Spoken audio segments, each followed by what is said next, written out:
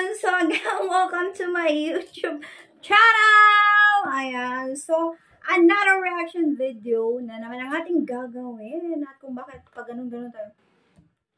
Kasi yung reaction video lang na natin ay isa sa pinakamaganda at hinahangaan na celebrity dito sa Pilipinas.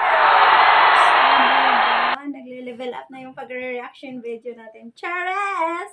So yes! Walang iba kundi ang napaka-sexy at napakaganda at tinaguriang napaka-talented. At tinagurian nga siyang Diyosa. O di, sa kanya na lahat talaga. As in siya yung literal na mapapasana all ka na lang talaga dahil bukod sa maganda, sexy at napaka-talented at napakagaling na actress dito sa Pilipinas. Ayan, isa sa pinakamagaling na celebrity dito sa Pilipinas. Walang iba kundi